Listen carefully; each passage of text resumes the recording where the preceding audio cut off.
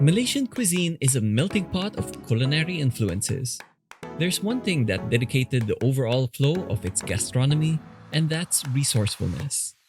The desire to make something edible out of things that many people would find to be peculiar and disgusting is a core principle of Asian cuisine. Today at Foodie Legends, we will taste 5 of Malaysia's exotic cuisine that will surely shake your gastronomic curiosity. First on our list is grasshoppers. No, God! Wait, don't shut off the idea just yet. In southern Mexico, grasshoppers are eaten with tortillas and chili sauce. Ugandans gather them as street food after the rainy season. The famous biblical icon, John the Baptist, was known to have eaten locusts and wild honey in the wilderness. So the grasshopper eating tradition has been around for centuries. Fried grasshoppers can be compared to shrimps, but crunchier. In Kelantan, Malaysia, fried grasshoppers are a favorite snack and a side dish for farming families. Malaysian fried grasshoppers have a sweet and salty flavor with a rich coconut milk taste accentuated by the crunch. Aside from its pleasant taste, grasshoppers are an alternative source of protein and antioxidants. So what's stopping us from grabbing a bite? Do you think fried grasshoppers is exotic? Oh, you ain't seen nothing yet. Second in our list is the Sup Torpedo. The bison's penis. Yep, that's what it is. Sup Torpedo is made from bull's penis, cleaned, spiced, and boiled until soft for human consumption. As for its name, it looks like a torpedo, doesn't it? Well played, sir. Sup Torpedo earned the reputation of being an aphrodisiac dish, but there's no scientific research that verifies this claim. Sup Torpedo shares many similarities with the soup number 5 of the Philippines, also considered to be an aphrodisiac soup. The process for cooking Sup Torpedo is quite straightforward. The bull's genitals will be washed clean and boiled in hot water. Then the boiled parts will be chopped into smaller pieces and cooked in a soup with spices, giving it a fragrant scent and an herbal stock.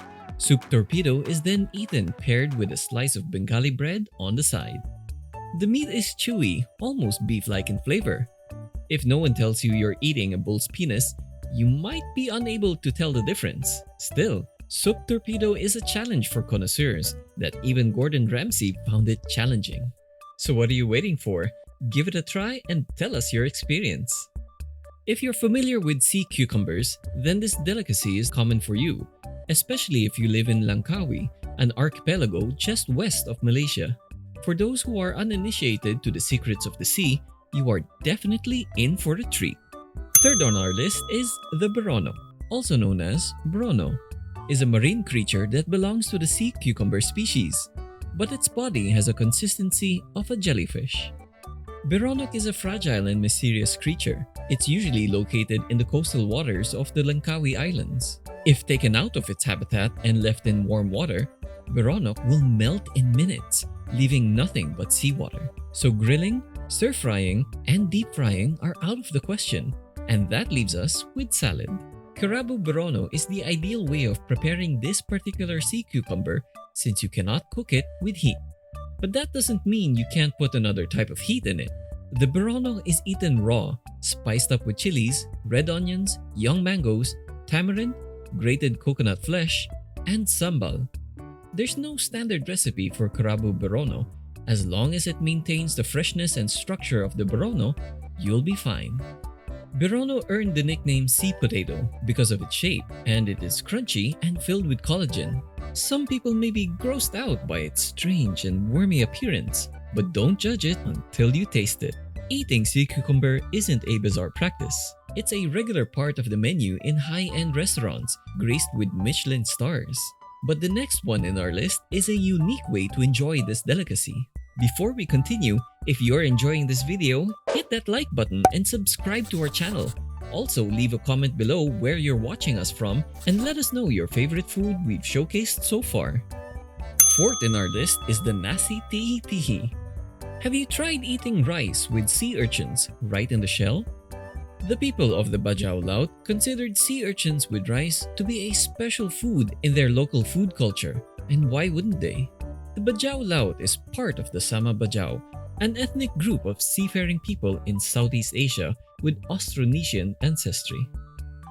Some live in boats, others in houses over the seashore built with stilts and connected by wooden footbridges. Nasi Tehe-Tehe is considered a delicacy in this part of Malaysia since it's quite abundant, tasty, and effortless to make. The gathered sea urchins are first boiled to expel the hard spikes.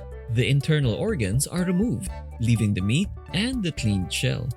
Seasoned rice is placed inside the sea urchin shell and covered by pandan leaves. The rice-filled shells are then placed in a pot and boiled until cooked. Imagine the fragrant scent of the pandan leaves filling the air, and once you open it, you are charmed deeper by the rice, enhanced by the sea urchin shell. You need to crack the shell in half and scoop the rice out together with the sea urchin meat. Nasi Tehe-Tehe is practical and delicious. That's why it became such a hit in the community where it was born. Nasi Lemak is Malaysia's national dish and a true icon of Malaysian cuisine.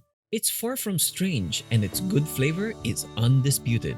But have you tried eating it in a different form? Say, for example, in the form of ice cream.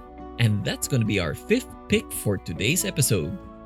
No kidding, Nasi Lemak ice cream exists. It seeks to replicate the flavors of this iconic national dish, but in dessert form. In 2020, the ice cream artisan Creme de la Creme and the Santan restaurant launched a limited release of Pak Nasser's Nasi Lemak ice cream. It's a take on the restaurant's critically acclaimed dish. The ice cream itself had the characteristics of the original dish as a homage. The ice cream is coconut-based with a creamy flavor and texture and is topped with sambal, fried peanuts, and fried anchovies. Catherine Go, the general manager of the Santan restaurant, gave this statement. The beloved Nasi Lemak is a staple in many Malaysian households and is one of the many beautiful factors that make up the culture of our country.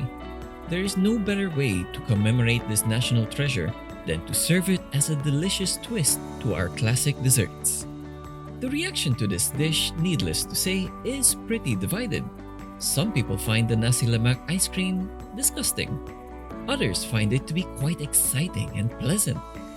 Nasi Lemak ice cream is a dessert that will challenge your perception of what is expected.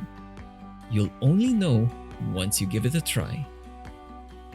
Thanks again for tuning in with us here at Foodie Legends for our latest episode. I hope you enjoyed this video and got an excellent taste of Malaysia's eccentric delicacies.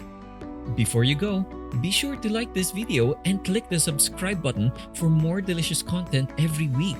We'd love to hear your thoughts too, so leave a comment below to let us know what your favorite part of the video was, or if you want to leave us with a few thoughts. You guys are awesome. Thanks again for watching, and we'll see you at the next one.